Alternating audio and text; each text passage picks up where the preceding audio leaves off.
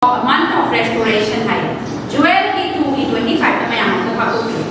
Kausing sa mula tumna sa kukiba sa hising kimo pagka sa kukiba sa hising ay naamukan na tayo ng gani.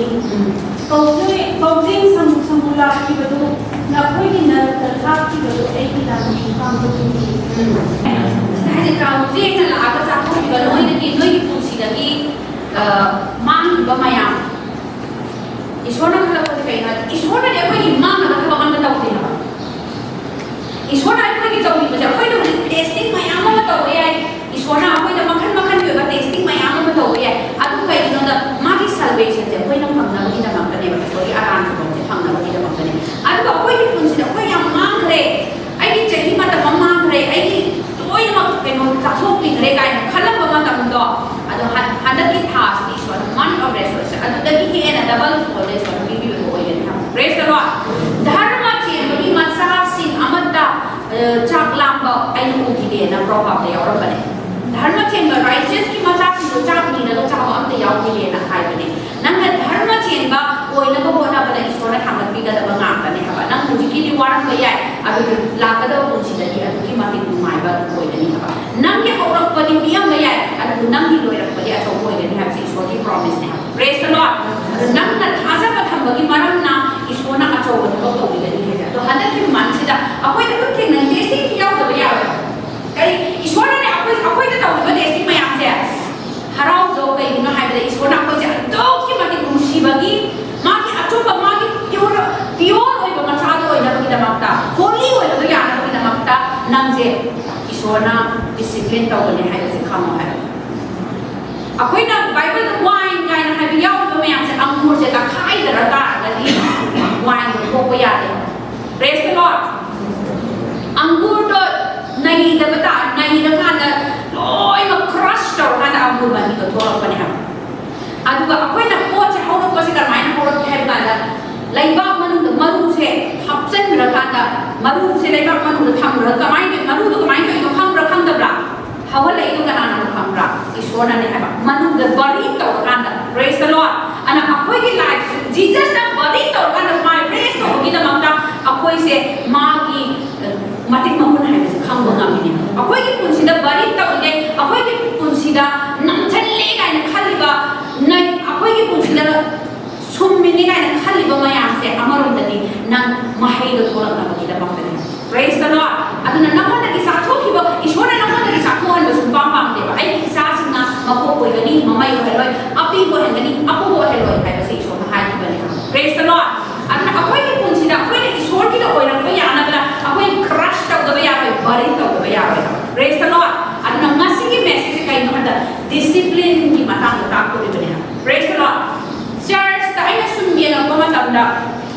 why first the church ta ma ya na ni praise the lord hallelujah ishwara yang kham na da ishwara ki ai wo tum pa ishwara ki ai se ta wi edu ta wi church ta ni ai time bi offering bi al mai ham ya kun nai samin nai khamin nai adu du na nam da ha why first the church the five main sida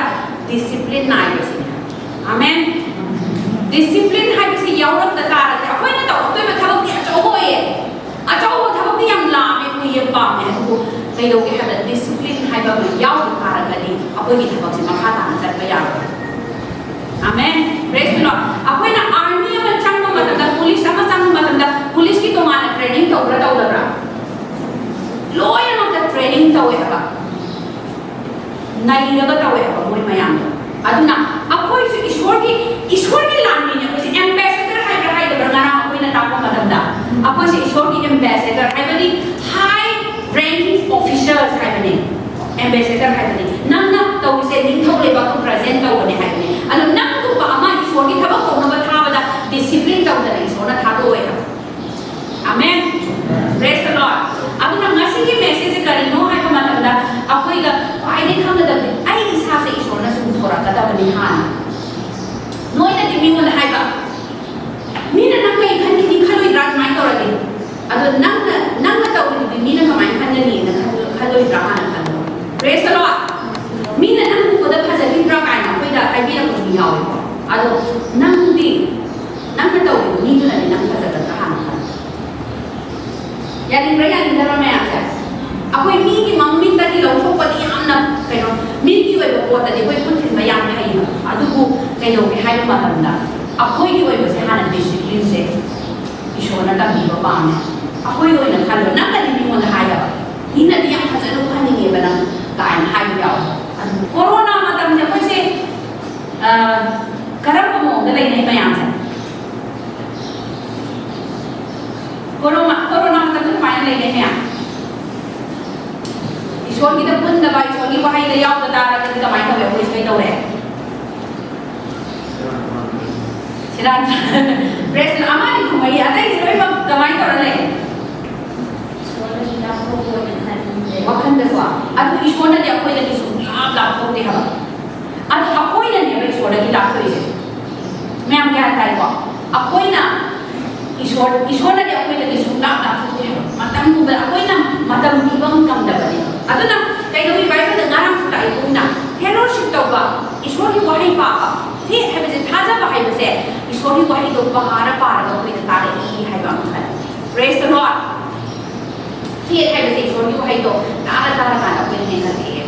अदुना ईश्वर की वही और तब मतलब कई लोग है बता कोई डिसिप्लिन है बखंगा है ईश्वर की वही पार का देखो इसे ईश्वर की बाबा लाए अदुना ईश्वर की फजा बसी सुनो ले प्रेज द लॉर्ड नसी अखोइना सिदा फंबा ngam कई नो ईश्वर ना कोई ngapi gani hai थाजा बगस कोई ना लागे ने हा कोई निंग पे ईश्वर से तना नो hai सुप्रीम कोर्ट ने ना ngara की ताई को बाई दे चाव ईश्वर ने ना अखोई मा निंग पे ईश्वर ने अदना मा सु रिप्रेजेंट तो बोली बने मा रिप्रेजेंट तो दा कोई डिसिप्लिन से ईश्वर ने याम ना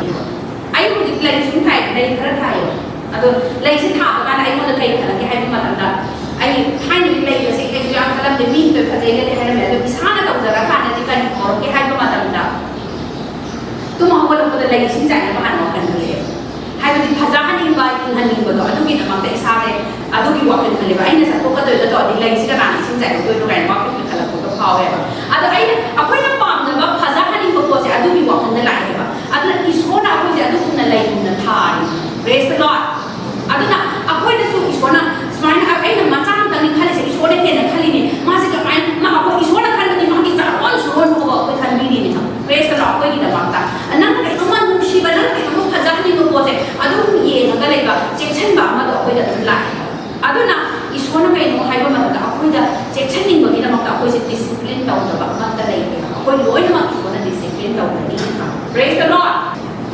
डिसिप्लिन हाइबा से कई नो हाइबा ता रे to discipline means to teach है ताकि बने डिसिप्लिन हाइबा से ताकि बने सोयरम का दा ताकि बने प्रेज द लॉर्ड सोयरम का दा ताकि ईश्वर ना कोई तो से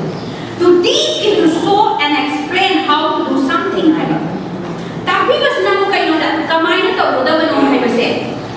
garap mo ga thabak se to da ba no hai tapi ni ba it is focus on teaching desirable future behavior hai tapi ni to kayo mathang da nang na tung ni oi ba pot da nang ni oi ra ka da mo ba to da sum na to na ko tapi ba ni ha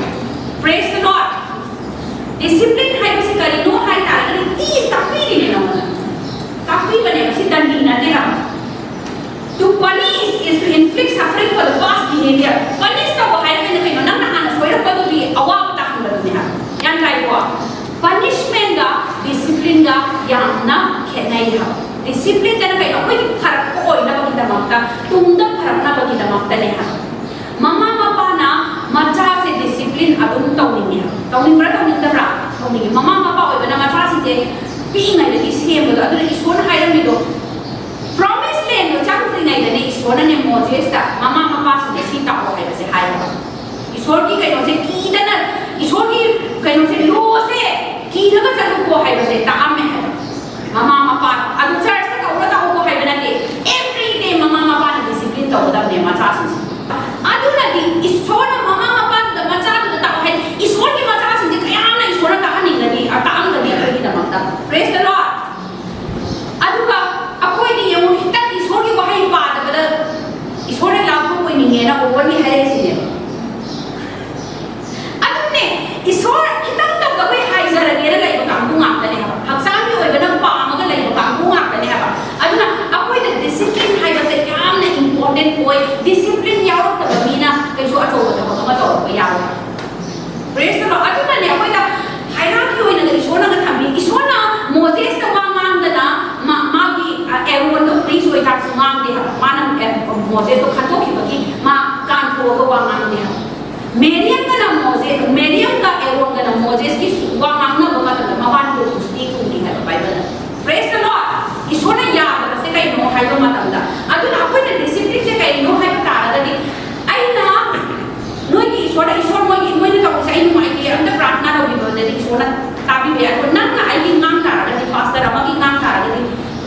नमोद सावनी थुनी हा आमेन या थाब्रा discipline हाइबो पोसे यावरक तब तारगदि लोइनमा गाइले हेबो थबो खुदि मांता अदुना discipline हाइबो से तापि तमबि बनुने The subject of what discipline is somehow neglected and unpopular one hai aduna discipline se kai do hada mi mayam ya neglect to ko pai rame hujikan ki sana bida adu unpopular hai di dakar ta de na khan do khamra discipline se am neglect ko ko yam khanja da ba David to isona my own heart and ko men after my own heart and ko hada so my ma ko da heart no na ani na pi ha so da adu ki mati David chum na dam do kai tanamai ma kunsi ha ka taw we ha adu ko isona soul David na soul ha kan ma matam da kai ta taw we ha bai isona amaro da hai da ni pi ra bane ani da adu ko David ki thamoi da once nang se ma se ha na di anoint taw ki ba mi ni ko thai na isona anoint taw ki ba ni ko hai da tharam me David na ha kam de ma mo da isona pi ra ba ma mu da na ha pa ya da pi ra ba ani da ki ba ne adu ko ha de ma do isona anoint taw ki ba ni ko adu ki da ma isona ma se men isona tum chanjara da la ma ki discipline je isona ni jai ka David na discipline je so ai discipline taw ni ko hai se ma chan ma ne la le hai ba matam da prophet na la nang soi re nang aran na taw re hai ba matam da ma chanjara da kapchara ka isona taw ya adu ko Eli hai ba prophet ama nei re Eli ni isor kaino da Samuel da isona ma aran na taw re hai ba matam da ma isona an da taw ma na isoni hai da taw ki ha isor ai la le na chanjara ki de ni khara ki attitude lai ha isor taw ni ba taw san hai ba ma taw ba ma lai ha ba tu ya de ha ba koina isor be ba taw taw ba da discipline ya ro se ki man da ta praise the Lord aduga Saul king Saul ma prophet to la ga taw taw ga da ni hai ba ma tam da taw sa da na kai no ai su isor ni ni prophet ki ba taw ma taw san ni ke isor ki mapam lai ba se ko ya section number se si se isor na pa discipline hai ba se ya ba ya de aduna we know that discipline se to ki ma te ko neglect to ya ji ki ma tam da ji ki ko ri ba society se church वगैरह amo वगैरह discipline se pura chai na re discipline chai na we know that Christians are saved and that isor ki grace na thoja na koi se kalak pani chu me adu la de isor ki grace na thoja na koi se kalak pa ma ta ne hai ba ya ma mayam da yam na kai ko taw ra ka lai ko kare ha aduna koi ki isor ki tha kai nu si ba ta khalang na lai ra ba ne koi na la na isor ki nu si ba na han na ko ka ni hai ba le bible de si pa discipline ki pa ko ma ta isau hai ba pa do Jacob ki mayam ba do adu ma na ka pa ga isor ki pi ki ba blessing to ma na yo ko ki ba do adu ma na repent to ko ma ta da ba ka pa ga isor hai ja ba ta ka isor na ko ki de ma do bible na yaw ra praise the Lord some of the nang ka taw ba aran ba some khara di isor na yam sau ba ko khau ba ya ma na ba kai yo to ya isau na mai ba kai to sa am ki da ba kai first fruit ki bra kai no se am na blessing se am sau blessing ne ma ta da ma ki ma cha ma han da phang han ba blessing da se ma na cha am ka dang da yo to ame ba adu ma na kap sa ra da isor ma du do ipa ai kai ma phang ja le na la ma da ma phang ni de ya Hebrew ki chapter number 12 ki trina ya 12 ta ke pa Leising kuba suk chao ba sa ising ai ko gi apoi bida le ba manam na ai ko ji ang khajali ba pa ai ko gi lambi da apan ba pi ri ba adu kunje tuna mang da le gi ba lam je da khang ba kan ba loi na je ji aho ba da gi aroi ba pa ba khaza ba gi yum pham oi ba ji suda ai ko gi mi thang se na tham si maha ki mang da le gi ba karau ba ji ma cross da si ba gi kai ba adu thausa da na cross adu khang la ba mi shogi ye than ba amba thum na le na koi na sama khawai da to khadana ama sum pungin han khadana ba ibu ma na ma to karam na ma ku ka chaba wa chen ba singi ba thum da ni awa ba ka ya kham ki ba kan na ki mo amen atu ko ba hana ye se sida kari ha ye hai ma ta da Jesus now cross the palm thing the chen pa ma ta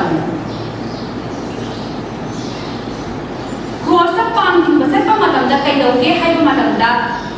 ꯃꯌꯥꯝꯗꯨꯅ ꯃꯉꯣꯟꯗ ꯊꯤꯅ ꯉꯥꯡꯉꯤꯕ ꯇꯧꯔꯤꯕ ꯃꯌꯥꯝꯗꯣ ꯂꯣꯏꯅꯃꯛ ꯀꯥꯎꯊꯣꯛꯑꯒ ꯃꯥ ꯀꯔꯤ ꯎꯔꯒ ꯆꯠꯂꯦ 그러면서 이소를 이해하면서 그만 한결이 아이고 정말 누가이가 이소를 비교도 어떻게 그냥 Praise the Lord. ꯑꯩꯈꯣꯏꯒꯤ ꯄꯨꯟꯁꯤ ꯆꯠꯄ ꯃꯇꯝꯗ ꯑꯗꯨꯒꯨꯝꯕ ꯃꯌꯥꯝ ꯑꯃ ꯊꯦꯡꯅꯒꯅꯤ ꯍꯥꯏꯕ. Praise the Lord. ꯁꯣꯔꯣ ꯆꯤꯡꯉ ꯆꯠꯂꯤ ꯃꯥꯅ ꯖꯤꯖꯁꯇꯨꯅ ꯆꯠꯄ ꯃꯇꯝꯗꯨꯗ ꯁꯤ ꯃꯌꯥꯝꯁꯦ ꯑꯁ ꯑꯩꯉꯣꯟꯗ ꯇꯤꯟꯁꯤ ꯆꯠꯀꯅꯤ ꯀꯥꯏꯅ ꯑꯩꯈꯣꯏꯒꯤ ꯈꯤꯇꯪ ꯇꯧꯕ ꯀꯔꯝꯕ ꯁꯨꯕꯣꯗ ꯇꯧꯋꯦꯕ ꯇꯧꯋꯦꯕ ꯑꯗꯨ ꯃꯥꯅ ꯑꯗꯨ ꯉꯥꯡꯉꯦ ꯃꯥ ꯀꯥꯏꯅ ꯇꯧꯔꯒ ꯑꯩꯈꯣꯏꯒꯤ ꯃꯥꯅ ꯑꯗꯨ ꯉꯥꯡ ꯂꯩꯔꯝꯃꯦꯕ ꯀꯥꯏꯅ ꯇꯧꯕ ꯃꯌꯥꯝ ꯑꯃ ꯑꯗꯨꯝ ꯌꯥꯎꯋꯦꯕ ꯑꯩꯈꯣꯏꯗꯗꯤ ꯑꯗꯨ ꯖꯤꯖꯁꯇꯨ ꯌꯦꯡꯉꯨꯕ ꯃꯇꯝꯗꯗꯤ ꯁꯣꯔꯣ ꯆꯤꯡꯉꯤ ꯑꯗꯨꯁꯨ ꯃꯥꯒꯤ ꯅꯠꯇꯕ ꯑꯩꯈꯣꯏ ꯅꯪ ꯑꯩꯒꯤ. Praise the Lord. Mana tharappiba thawaido karigino haibadani nang aigidamamta tharambani haba. Mana atai amta latapda kaimta yengdabda mana kai yenge hada cross puras ma mayamgidamamta isor cross da siba taragasu ai hogarkidoini ko adu nangi yethambada ai phamdoini ko isor haibse puraga sakha. Praise the Lord. Thank you Krishna. Nangi life ta thengnaba mayam nang kamaina chatke haibado nasana khalwa. Amen. Sige ministry si sunya. Ako'y loy na kasi tengara kani haba. Sige, ay mo just tengara kani ba tengara oy da badali. Ay si leader ma isona oy halaga toro pa na. Ay mo just sin mamaya si tengara ka ba. Ang to oy ro. Praise the Lord. Adu ko Jesus na yeng ang mundo ye mo. Praise. Adu nang su Christ ki ambassador amane isona discipline toro ko matanda. Nang leader amane no na discipline toro ko matanda. Nang harap mo law ba. Amen. Adu oiragba taragadi nang soil mai pakoigani haba nang napanayam na nang leader na sairagba pamagtaba taragasu isor ai matata thambani ko nang khalaga nang adudo isor ai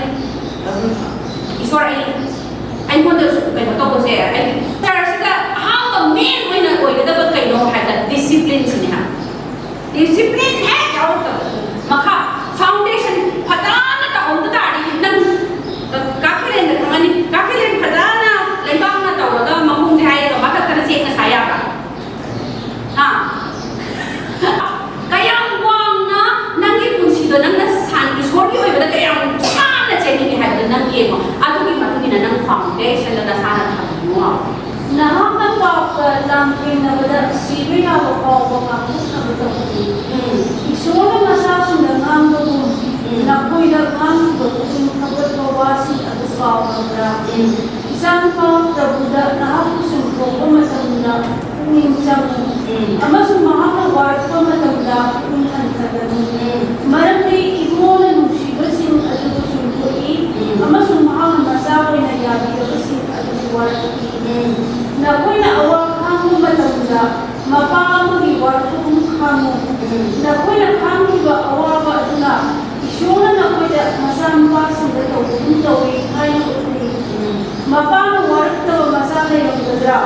Mahaki masakong na magtataw kung na, nakoy muwarat kawali nakoy di mahaki asin magmasasan nante. Ya, jadi ni sinang nagkakata, nagkan bamido. Ado din ang wapo mga nagkasuyan, nagkalagpag-kalagpag na. Ang dahil ni ma'am. Ha, nang nagpagkana ba na tre, kalagpayaw-payaw ka. Ado isona ako disiplin daw eh ka. Miway ka na daw pa disiplin yung di aray ka niya pa amaruta. Ado isona disiplin daw eh. Isona daw pa disiplin na din ng haraw daw ka. Isona ng yaman ng siya daw. Ado yun eh. God loves you so much. Isona na mo. Ado kimati nung siya kita magtanang mo na musin kenari ba mayamse.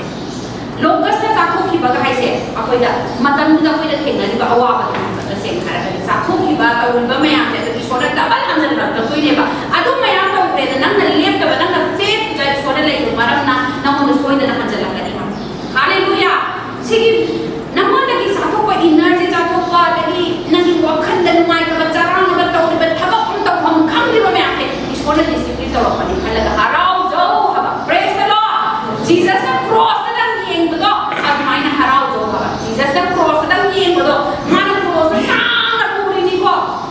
Nakakang mata ng ganan. Saan na lang dito sa atin. Mayam na yeng na rin eh. At ito maki din na karang kulong kumampuan.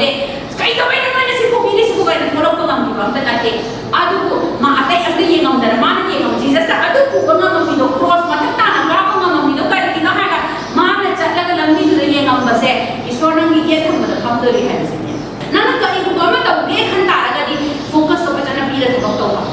Focus अमा लेरगा थबक तौबदने focus याव तारगदी वो यावे तो Jesus ना I know ये thumb ईश्वरी फमाल थम्दोरी को है खलगा माना क्रॉस द नुमाय मा पुरा सले गमे अखोय नो जी थेंगरिबा तौबा अखोय ना फंगबा मया अमा फंगलिबा तौरिबा मया से डिसिप्लिन तौबिनी ने ना कोई खानसे Praise the Lord. God discipline is not punishment, as Jesus already bore our punishment, nor is discipline motivated by desire. Isona akoy da discipline kasi ato kaya pag emotion na hangi hay pag desire ko dalat diha. Yan tayo ko. Mo siya masih kemal le ay mang kaya nan ka aram to siya. Ang tadi pena is mo na hangi ato to ko diha ba iso. Ano ba? Isona yang sao begitu disiplin nanti apa? Yang na sao dah ayat tahu bos nanti apa? Madi merciful ni apa isu ini? Ada ba? Ada madi temper aku semuanya temper tu lose tahu bos isu nanti apa? Madi temper lose orang na tahu tu disiplin nanti apa isu? Kamu? Atau kita lose bagi kita makta? Isu na aku ni tahu di bos ini ultimate good tu putra aku na bagi kita makta ni apa? Why jadi power tu? Putra na bagi kita makta aku ida awaba trial testing mayam henal si atu ina makta because isona ko si mahan inda bagi da makta ha amen ta ko si magi khutta ki nam thok ta na bane ba isona ako ida testing to bi ba trial to bi si magi makta ki na ko de ko darai sa no ko ni kham jara bane ko ni soda ke nam ko de ko darai sa ni ate nang nasana kam praise the Lord iso nung shiba imu kining ba tumi na ko bi pasing atu bi da makoy na akaba ko ina na ba iso da shunna ikada ko ni kami amen hallelujah aduna ako ina ishwar gi mata ko lu bana ne ako si ishwar gi akaba da ko ina na pura na ba kita makta na praise the Lord aduna ako ina mi ani hetsura ko da ko mind se different ma ato mind se mana bana de ha ni mayam se amaga loi khitna ba mind na ta ha ba kamra aduna ako se loi ma kai no thong oi hai ba di ya ba do loi haraw ga ta kani hai ba ta lai de do ta ra kari mama kita ko ba ta da su ako se ishwar gi kari ba ko sama kita makta ishwar gi da makta ko ishwar gi ning ko le ba kita ba ko mina na ba ko lo pa ni hai se khala ga to ko ma ta da de ma ti mai ba ko phang ni praise the Lord ishwar na ta bi ra ko ni ishwar ne ko samna hali se ishwar ne ba ko pulai se mayama ma pulai se ishwar na ko pulai la ko ngam ta ni ha praise the Lord ishwar na ta ga pulai la ko ngam ta ni si ishwar gi plan ma ko sama ako ida ni ishwar na se pa ki hai ba ma le lam do ri ni ha mayam प्रार्थना तो होते हैं Jersey हमना section अभी से तासन ना कहीं तो ना लेरगा थबक तो ना बगी तमता आई भी वो बहुत सी बिलोंग तो का मदर का ले अतुगा थबक से कमाई तो सिके है तो रगा ईश्वर की अम्ब्रेला मखा तो थबक तो बिना ग्रेस की मखा थबक तो बिना मदर का है प्रेज द लॉर्ड डिसिप्लिन है भी याव तो बदली लोय मथबक कोरोय अतुगा वो उस मकुम हाना सिलोय ईश्वर की ओइ बाबा बस तो याव होय ता तो डिसिप्लिन से तो की मानिक ले हो बसे मसी याम दरकार का है प्रेज द लॉर्ड अतुगा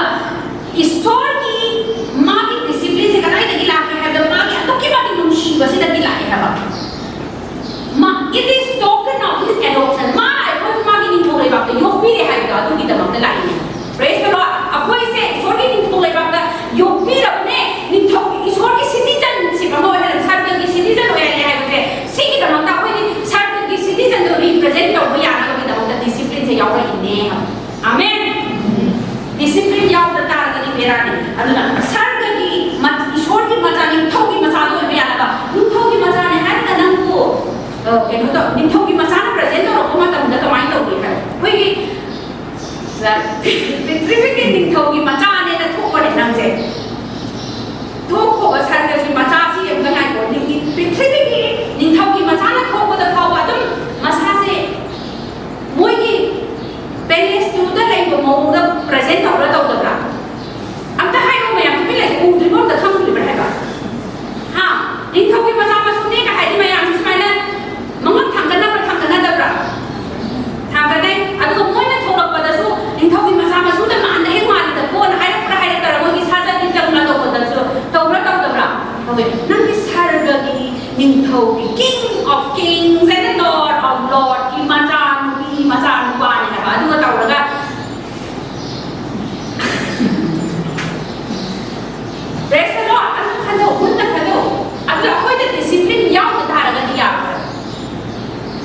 ꯑꯩꯈꯣꯏꯅ ꯗꯤꯁꯤꯄ꯭ꯂꯤꯟ ꯌꯥꯎꯔꯛꯇ ꯇꯥꯔꯒꯗꯤ ꯅꯪꯅ ꯅꯤꯡꯊꯧꯒꯤ ꯃꯆꯥꯅꯦ ꯀꯔꯝꯕ ꯃꯑꯣꯡꯗ ꯄ꯭ꯔꯖꯦꯟ ꯇꯧꯗꯣꯔꯤꯕꯅꯣ ꯍꯥꯏꯕ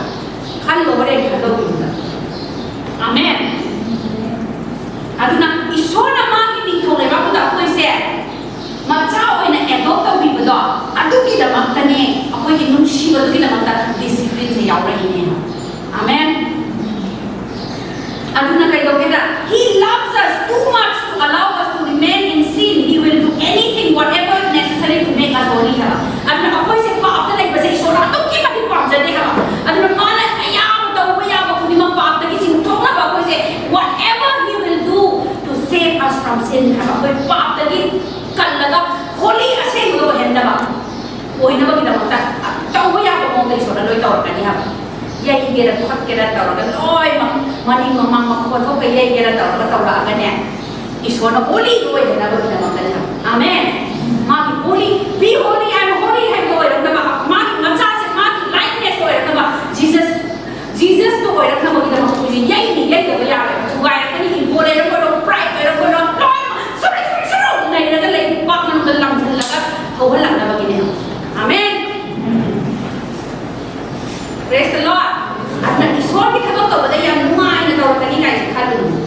isor a ko se adom ki mati mushi hai base nang ki nak ki bin lo ko thile yo kham jaw isor ki mushi na se hai hallelujah isor na adom ki mati mushi bagi na ko ni yai bane haba nang na pastor se yam sathi pastor se yam isor na mushi ga dum ba pastor nang ki na ta tham ni ne ha amen praise the Lord hallelujah adukumba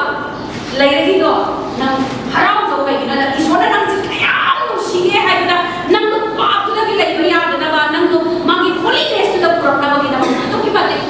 shendong na bagi da mang to lagi ne ha praise the Lord aduna sometime the me si doctor na medicine bi ka da do yang harau pura hai ro ne medicine da how bro hidak to ko za ba as doctor ne hidak ne da jamai sa ge harau ni he kai na da pura ne khai ro thal le min da amni na pire siga ai na ha adu doctor ma tu phat bai ro do na han ni bai pire do bo doctor na hidak pire do nang do ha tu ge na pire ko na ni nang do pha na ba na ra mi na si hidak se pizza ra alaba doctor na tawai ko magi intention do nang di phala ko kita udi lagi ne ba do hidak ko nang chani ko le ko the same thing akoi da so ko ki life si mo mayam ma yaw ka ni ha taste how the taste mayam ma yaw ka ni ko ki life so adu hang da ba ni isora ai se am no si ba kita ma ta ai se ai da ma sigi season si da sigi ma hong da yai la i se sai se isora ka no mai sa to na mani khala ta na nga to theng da ba ya mai na theng na ra ni ha loi ma mu mai mai la ni Jesus na ai na khari ne Jesus na ko so pa mu ting no pi maya ma ma so ching nei tau la ga loi mu ching ni da na nang khal la do ma ka mai tar pu ma mi na da ma ki ke do ma ki intention da ai de le nge sa ka do ko ta le ya adu na ne adu ta ka da ni na ka ngam mo na mo da discipline ai se yaw da ba ya ba ba so ni da ko de ye ya ka ni so da na ana ma ko da ni season ku ni ko da chum ko ki ana ma ko de ko ka ni ha aduna apoi harau ka se hai ba apoi na tingari ba me anta harau se kari gi no hai isona kari ko achau ba ba ma ta to re ai ki pum si da isona ai se to ki ma ki pum si ba ki da ma ta ne ai ma si ki ma pa ti da na rai se ai de kham se ha amen isor ki discipline to bi rai se apoi ki phana ko ki da ma ta ne ha praise the Lord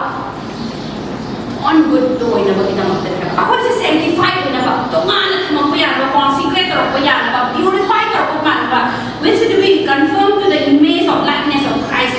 is sort of over is sort in mawong ma to ambassador of the sort of ma ki representative to over ya na ba daw rin ni ha amen adu tunna sa isona ko the trial adum chahan kali maturity ko ji ha sang kali ha thanga mature ko ji ko adum ba ka hai ta sa mo ba thak le dum ye ra ni dum le Christian da su hai ko sangkom thakpa adagi kanna chaba le ko aduna sangkom adum thak le dai nang discipline adum taw ko sangkom adum cha sai ni kun tha sure church sa sai ni kun tha ka jara bani koi pi